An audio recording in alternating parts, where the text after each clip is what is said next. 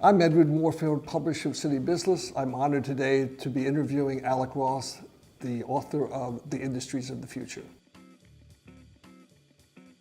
The Industries of the Future is a book that's 44 years in the making. I was born and raised in Charleston, West Virginia, went to public schools there. There's not an ounce of blue blood in this body.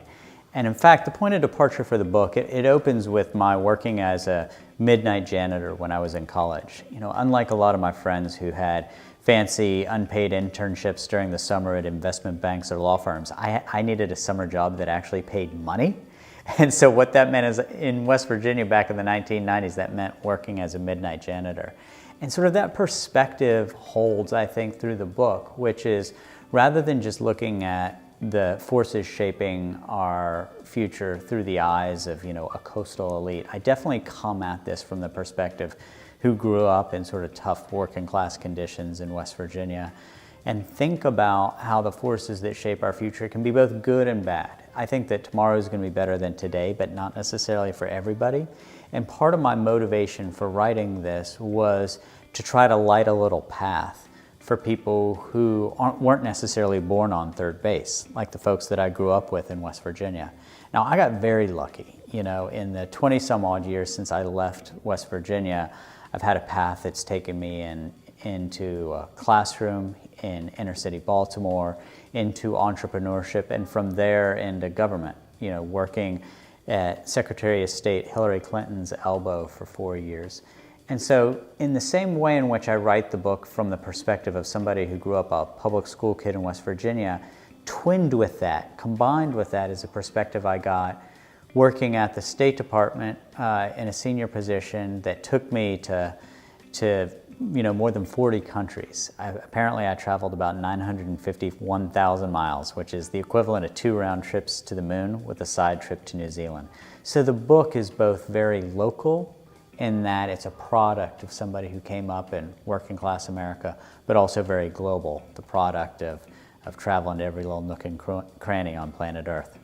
So in writing the book, I tried to focus on industries that exist today, but which will be far larger 10 years from now, and which will impact our lives at home and at work. And so it focuses on from the commercialization of genomics to what I call the future of the human machine, artificial intelligence, machine learning, and robotics, to big data, to cybersecurity, and a variety of other different fields. And part of what I try to do with it is, it's a book written by an American, but I wouldn't necessarily say it's an American book. It's really designed to be a global book and a resource to as many of the people living in 196 countries as possible. And so the stories then vary wildly. When I think about the future of agriculture and write about precision agriculture, the combination of big data analytics and the centuries-old practice of farming, I focus in on rural India. When I think about what hardware and software innovation can do to make language learning more accessible, the thing that most compelled me was in Kiev, Ukraine of all places, where a group of graduate students showed me something called Enable Talk, which basically puts sensors on gloves and allows people who are deaf and mute and use sign language, when they sign, the spoken word comes out of their smartphones. To, a lot of focus on sub-Saharan Africa. I'm 44 years old, and for people who graduated college when I did, a lot of us thought about Africa as a center of conflict and development assistance. But for people who are 20 years younger than me and who are now discovering sub-Saharan Africa themselves, what they see is a market. And no place has changed as much since I began visiting it as sub-Saharan Africa. And so a lot of my focus in studying sub-Saharan Africa is on what I'll call frugal innovation in an environment of relative scarcity, people being wildly creative and imagining and inventing the future.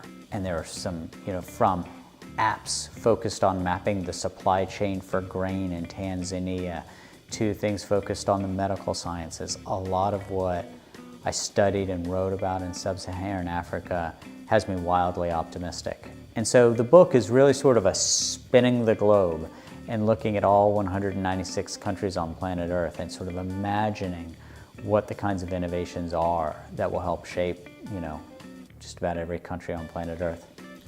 So when I'm asked what are the political and economic models that will most lend themselves to success in the future, the observation that I make is that the principal political and economic binary of the 20th century was right versus left, the political right versus the political left. In the 21st century, I think it's open versus closed, defining open as upward economic mobility, upward economic and social mobility, not being isolated to elites. Religious and cultural norms not being set from a central authority, and radically rights respecting for women, for religious minorities, for ethnic minorities, for racial minorities.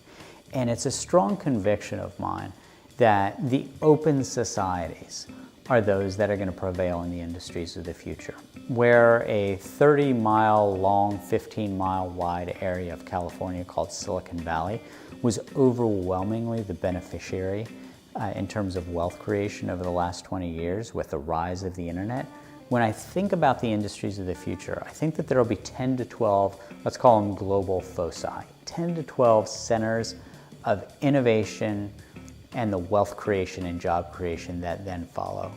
And in the time that I have spent with the people who are imagining and inventing this future, I've come to the pretty strong conviction that they are going to headquarters those businesses in the places that most clearly map to their values. And I think that with this upcoming generation of innovators, those values are really rooted in openness. And I say this, there's no perfectly open society or perfectly closed society. The closest to either might be North Korea, and it's a closed society. But this struggle between open and closed is something that is playing out across the globe and within each of our societies. We can see it day in, day out here in the United States.